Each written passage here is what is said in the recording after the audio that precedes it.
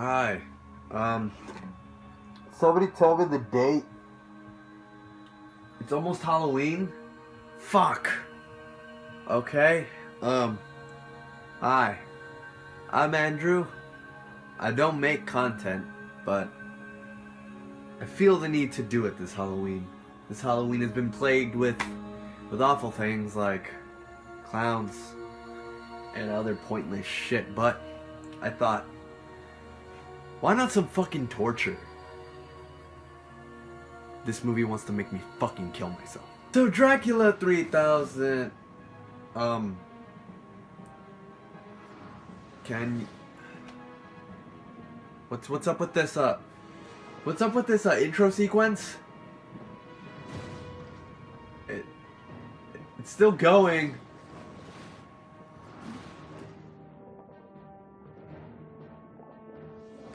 I don't care who the line producer is. What's going on? Make it stop. Is this the horror? Oh my god. Oh please. Is it over?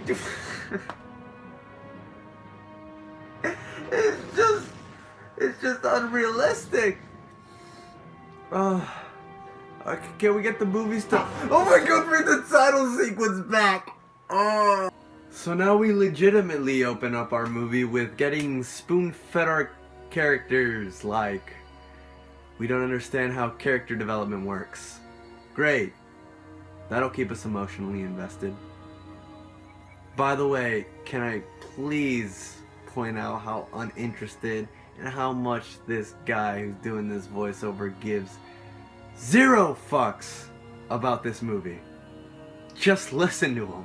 Salvage jobs, heavy salvage jobs, and heavier salvage jobs, and well, you get the idea. We call this guy 187. So now once you get to meet disposable character A through Z, we start up with a little bit of the most uninteresting sci-fi conversation I think I've ever heard in the goddamn world. So we're just gonna skip over that, cause the fuck, who cares?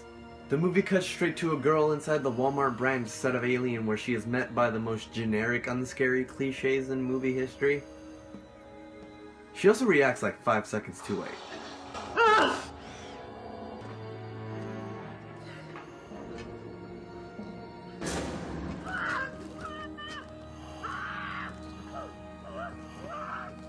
No! No! You do not start this right now, movie! You do not start with the false jump scares already! It hasn't even been more than 10 minutes and you already fake jump scare me? And come on. Throw a little sexual assault in there. Are you kidding me? Just to bring up a quick point, Tony Lister in this movie, he's easily the worst part about it.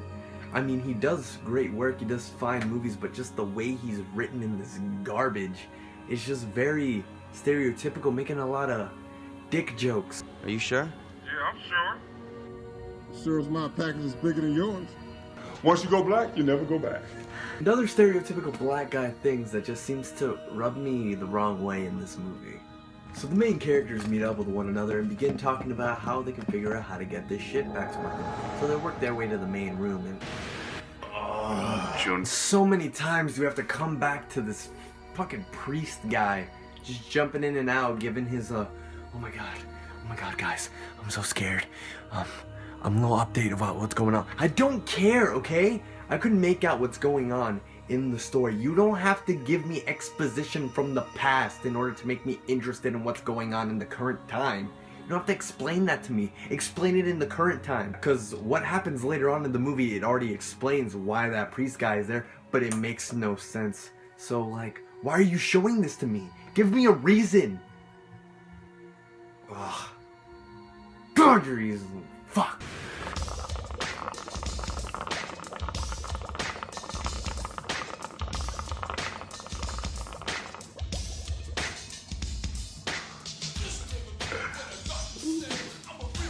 Yes! God, yes. Something to look forward to. Let me tell you about Coolio. Coolio in this movie is the best fucking part about this movie. God, his performance is terrible, but God, he is having so much fun, and that makes me have fun. Just fucking look at him. All right, Captain Buzzkill. Ain't 10, dude. Shut up. So now we meet up with everybody who's not Coolio as they make their way towards the engine room, and guess what? We get to make fun of the cripple real quick. Do you see me laughing? So the group arrives at the central controls of the ship, and then Coolio shows up, alarming them about something. Dude! You better come have a look at this. God. You are trying, Coolio. You are trying. And then the captain proceeds to give a little bit of a teeny tiny bit of a racist angle with Humvee. It's very out of place and it's weird. Just look at it. Hey, Cap, I thought you said we could... Hey, Hummer? Yes, boss. I put up with your shit because you're big, black, and ugly. Here we go again. But one of these days, I'd love it if you just learned to take an order and shut the fuck up. As they make their way... No. I'm not dealing with it. I'm not dealing with it. Get it out of here. Get it out of here. You don't need it in the plot. Following that, girl with indiscernible accent tells future Will Mackenzie to pretend that the ship doesn't work.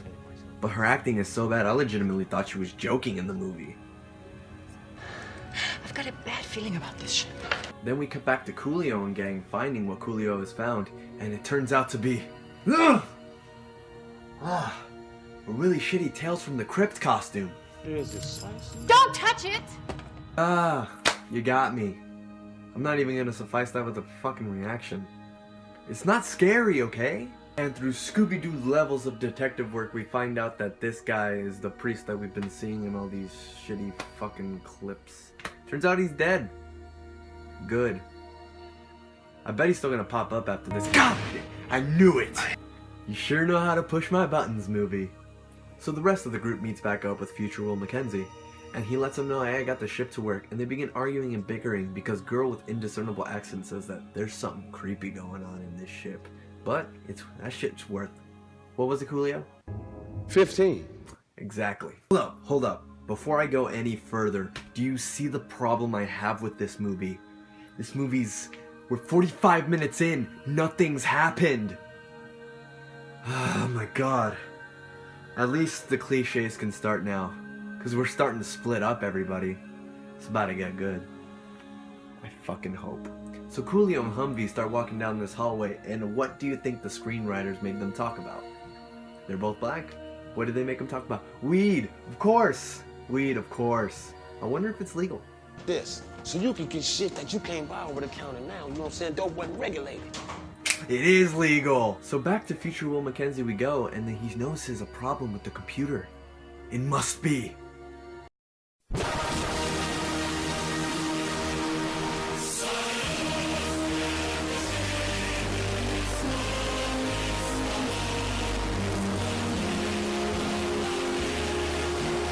Okay, whoa, hold up.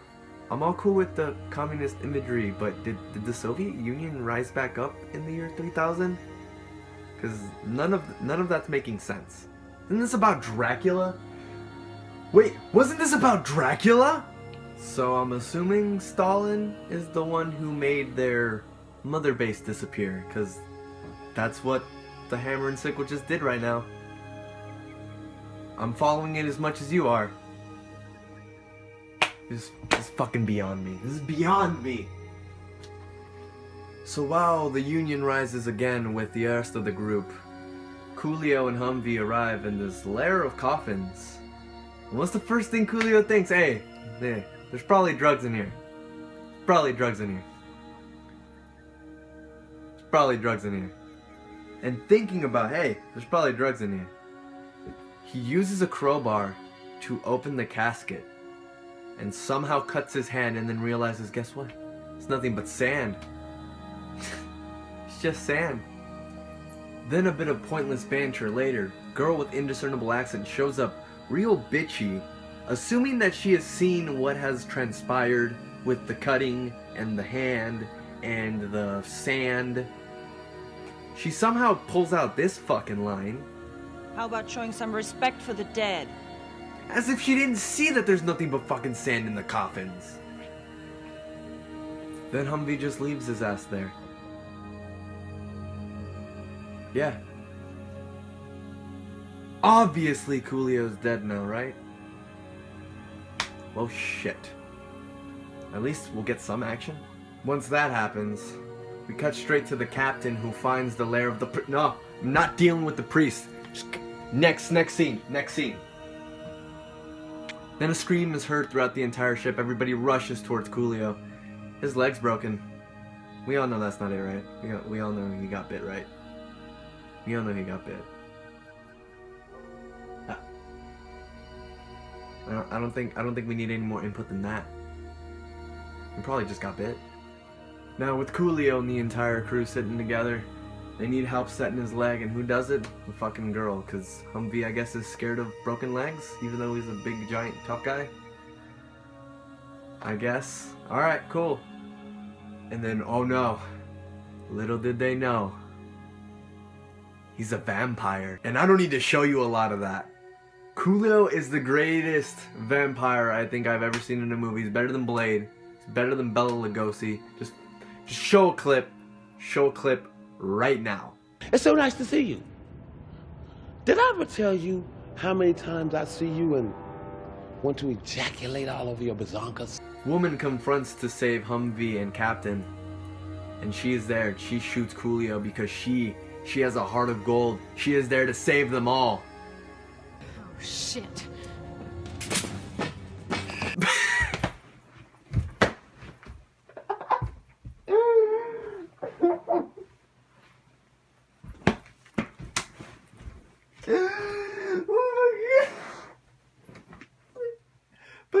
Play that again. Oh, shit.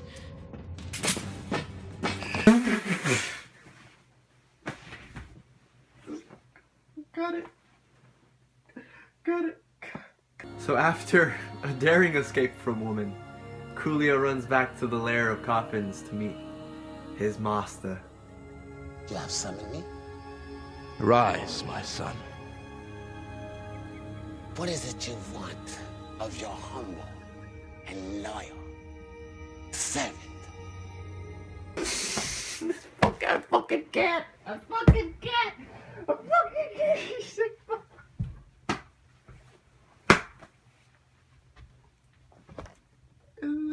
This is too much. So what? Make it stop. So now that we got all that comedy out of the way, Dracula catches up with a woman, or whoever I presume is Dracula, because that Party City costume isn't very that convincing. Hey, at least those generic Asian necklaces are still cool in 1,000 years. And finally do we get our first kill. Girl with this discernible accent is there with future Will Mackenzie, and she goes outside to keep watch, because future Will Mackenzie can't walk, he's a cripple. Don't remember that? Exactly. So then she goes outside to watch for him, and then who comes? Oh my god! See? Nothing.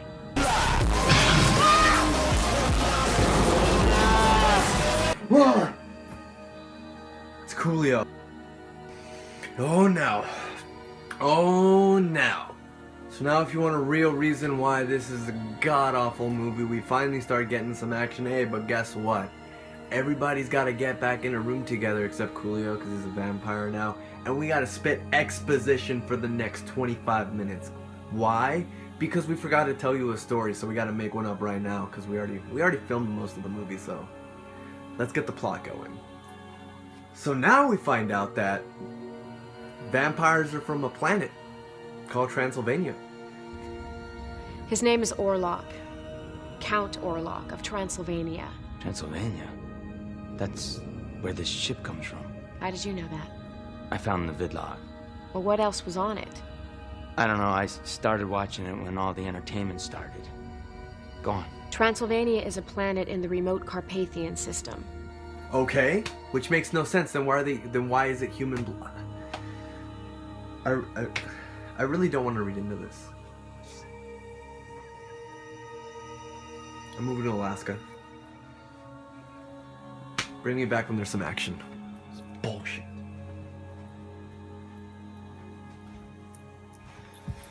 Oh yeah, and the captain's Van Helsing.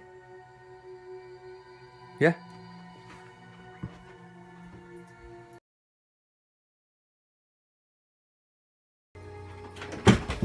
All right. Finish the review. So Coolio managed to sneak himself back into the room with Humvee and Woman by tricking Humvee into thinking that he's all fine now. And then he gets shot a bunch of times. And then he gets killed. And the best part of this movie's gone now. That's why I didn't want to talk about this. What am I supposed to laugh at now? They won't let me stop. And now with Coolio dead and it being revealed that Woman is a robot. That's right, she's a robot. That's why she didn't turn into a vampire when she met Dracula. They kind of just threw it out there. They threw it out there as quickly as I threw it out to you. I'm just giving it to you like the movie gave it to me. So now with Coolio dead, they gotta go hunt down the other vampires. Turns out there's one more. And they killed it right away. Okay? The effect wasn't half bad though. And now with one vampire left. That's right, they only brought 2 vampires and then turned Coolio into one. Dracula had a really shitty plan with this. And now, the final confrontation. Van Helsing versus Dracula in space 1,000 years in the future. Dracula wins. Like, it was really fast. Like, you didn't even see the fight. Like, they just cut to something else. And then came back to it and Van Helsing already lost. What was the point of calling him Van Helsing then? Woman went for Humvee's help, and when they came back to help Van Helsing was already a I fucking told you. I fucking told you. Okay? So now with Van Helsing dead, it's only Humvee, Woman, and Will Mackenzie. And then went to go check on Will Mackenzie. Oh, guess what? He was a vampire too. It happened off screen too. It happened off screen. This fucking movie's inept. This movie's inept at storytelling. Please, how much do I have left? Oh god, 10 minutes. Alright. I can do this. I can do this. So now I guess it's time for the real final confrontation. Humvee and Woman versus Dracula. Square off!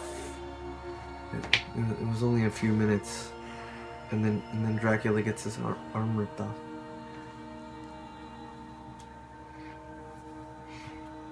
Just bring me to the ending, please. I can't take this anymore.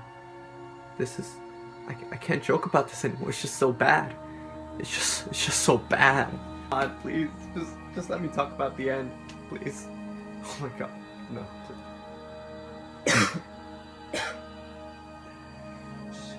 Just play the end. Bingo, must be in the front row. Ain't gotta tell me twice. Come on, girl.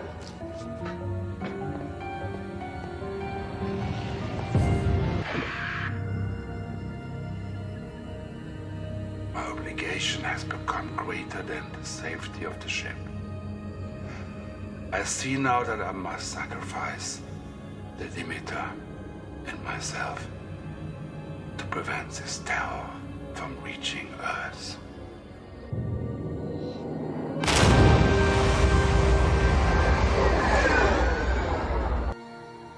That was it?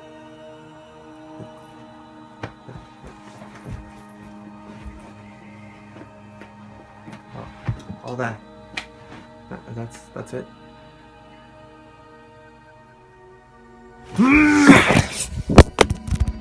Of all movies I've ever watched for comedy's sake that are so bad I could at least laugh at, this one gave me a few seconds of laughter, but God, the ending is just, oh, I can't even express it in the words. I need people who watch this, just watch this movie of pity for me, because I can't be the only one who's watched this fucking garbage. It needs to be seen to be believed. It's so inept at storytelling. It's so, it gives me just chills thinking about how somebody was able to produce this absolute fucking garbage. And I know this is my first review ever. I don't do movie reviews, but if I were to give this an out of 10, I'll give it a 4 out of 3,000. Fuck this movie. Fuck you guys for making me watch it.